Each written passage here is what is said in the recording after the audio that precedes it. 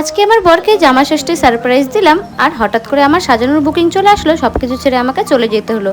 সবকিছুই থাকছে এই ভিডিওর মধ্যে, কি করলাম লাস্ট পর্যন্ত দেখতে থাকো।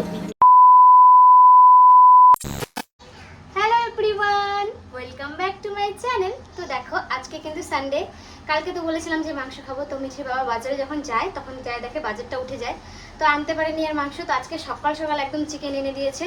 তো ভাবলাম যে আমাদের তো জামা ষষ্ঠী নেই, আমার মা সেই জন্যই জামা ষষ্ঠীতে কোনো জামাইকেই ডাকে না, যেহেতু নেই। তো আমি ভাবলাম যে আজকে যেহেতু চিকেন এনেছে, তো আমি মিঠির বাবাকে জামাই ষষ্ঠী দিই, তার জন্য ভাবলাম। ওই জন্য সকাল থেকে ঘুম থেকে উঠে সব কিছু রেডি করলাম।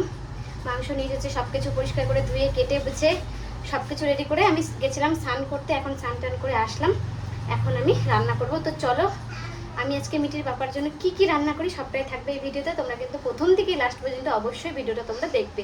চলো, আজকে মিঠির বাবাকে ক্যামেরার সামনে আনবো, তোমরাও কিন্তু দেখতে এক্সাইটেড না জানি। চলো, এই যে দেখো, আমি কিন্তু পূজাটাও করে নিয়েছি। তো এবার আমি সকালে একটু টিফিনটা করে নিব।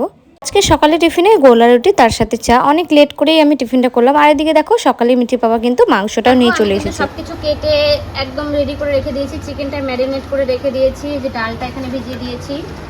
এই দেখো সব রেডি। এখন চলো, এই যে কড়াইটা বসিয়ে দিচ্ছি, সব এক এক করে ভাজাগুলো ভেজে। চলো, এবার আমি 5 রকমের ভাজাগুলো করে নিই। দেখো, প্রথমে আমি পাঁপড় ভাজি নিলাম, তারপর যে বেগুন, পটল, গাজর এগুলো আমি এক এক করে ভেজে নেবো। আর এদিকে দেখো, আমার কিন্তু ভাজাটাও কমপ্লিট হয়ে গিয়েছে। এবার আমি রান্না করব মাংসটা। তো দেখো, আমি কিন্তু আলুটাও লাল করে ভেজে নিয়েছি, আর ওই তেলের মধ্যে গোটা জিরা, গোটা গরম মশলা আর একটা শুকনো লঙ্কা ফোড়ন দিয়ে পেঁয়াজটাকে কিন্তু লাল করে আমি ভেজে নিয়েছি। তারপরে মাংসটার মধ্যে দিয়ে দিয়েছি।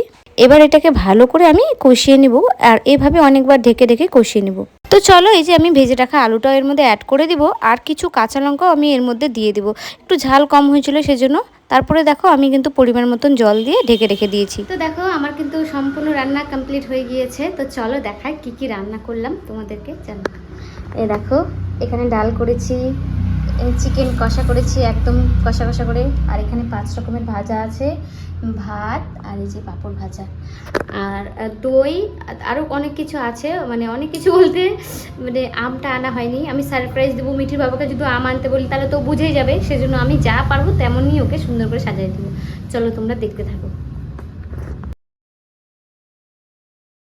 তোমরা তো দেখলেই যে আমার রান্নাবান্না সব কমপ্লিট হয়ে গিয়েছে। মিঠিকেও আমি খাইয়ে দিলাম, এখন দিয়ে ঘুম পাড়িয়ে দিয়েছি। আর এখন বাজে 3:30। মিঠি বাবাকে যে এতবার ফোন করছি এখনও পর্যন্ত আসেনি, আর আমার এখনও মানে আমিও না খেয়ে আছি, খুবই খিদা পেয়ে গেছে। তো ফোন করছি, বলে যাচ্ছি দেখি কখন আসে। ততক্ষণ আমি এগুলো সব কিছু থালা বাসন বের করে রেডি করে রাখি, আসলে একে খেতে দিয়ে দেবো। মধ্যে আছে কাঁসার কিছু বাটি, এটা বের করি, এবার থালাগুলো বের করি। চলো বের করি। এগুলো মিঠির বার্থডেতে পেয়েছিল। থাল আর বাটি আমি বের করে নিয়েছি, এটাকে ভালো করে এখন ধুয়ে নিব আমি। চলো, বাজে বিকেল 4টা, এখনো মিঠির বাবা আসেনি। বোঝেই না, আমি যদি এতবার করে কোনোদিনও এরকম ফোন করি না যে একটু তাড়াতাড়ি আসো তাড়াতাড়ি আসো, এটা তো বুঝে নিতে হবে না যে নিশ্চয়ই কোনো সারপ্রাইজ আছে, তাড়াতাড়ি যাই। তো এত মাথা মোটা একটা লোক, কি বলবো আর। A few moments later. এখন বাজে 4:10, মিঠির বাবা চলে এসেছে। চলো, এবার মিঠির বাবাকে সাজিয়ে গুছিয়ে একবারে খেতে দেবো, তখন আবার আসবো। চলো, সাজিয়ে নিয়েছি মিঠির বাবার জন্য। দেখো, সাদা ভাত, 5 রকমের ভাজা, যে বেগুন ভাজা, আলু ভাজা, পটল ভাজা, গাজর ভাজা আর পাঁপড় ভাজা, 5 রকমের ভাজা। এখানে আছে মিষ্টি দই, স্প্রাইট আর পান, এই যে ডাল, চিকেন কষা আর স্যালাড, জল। দেখো, আজকে মিঠি পাঁপড় নিয়ে খায় নিচ্ছে। এই যে দেখো, আমার বর কিন্তু খেতে চলে এসেছে, আর না ও খুব লজ্জা পাচ্ছিল জানো তো, আর একদম জামাই জামাই লাগছে। 1 hour later. খাওয়া দাওয়া শেষ হতে না হতেই হঠাৎ করে ফোন আসে যে আমার 3টা সাজানো আছে পার্টি মেকআপ। তো সে বেরিয়ে পড়েছি তারই উদ্দেশ্যে, আর মিঠি ওর পাপার সাথে পার্কে চলে যাবে। তো তাই মিঠির বাবা বললো চলো তোমাকেও আমি নামিয়ে দিই। আর আমার লোকেশনটা রায়গঞ্জের মধ্যেই ছিল, সেজন্য খুব একটা আমার দেরি হয়নি, আমি তাড়াতাড়ি লোকেশনে পৌঁছে গিয়েছিলাম। তো চলো, একদম আমার ওই সাজানোর লোকেশনে গিয়ে তোমাদের সাথে দেখা হচ্ছে।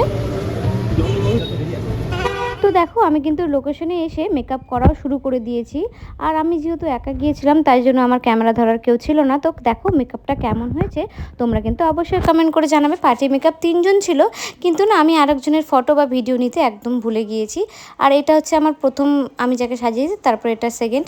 তো কেমন হয়েছে তোমরা কিন্তু অবশ্যই কমেন্ট করে জানাবে। আর আমার মেকআপ তোমাদের কেমন লাগলো সেটাও কিন্তু কমেন্টে জানাবে। আর আমি কিন্তু এর মধ্যে যে হেয়ারটা করেছিলাম সেটারও কিন্তু ফটো ওইখানে অ্যাড করে দেবো, তোমরা কিন্তু দেখে নিও কেমন লাগছে হেয়ারটা, অবশ্যই জানিও। আজকের ব্লগটা আমি এখানে শেষ করলাম, কেমন লাগলো অবশ্যই কমেন্ট করে জানাবে।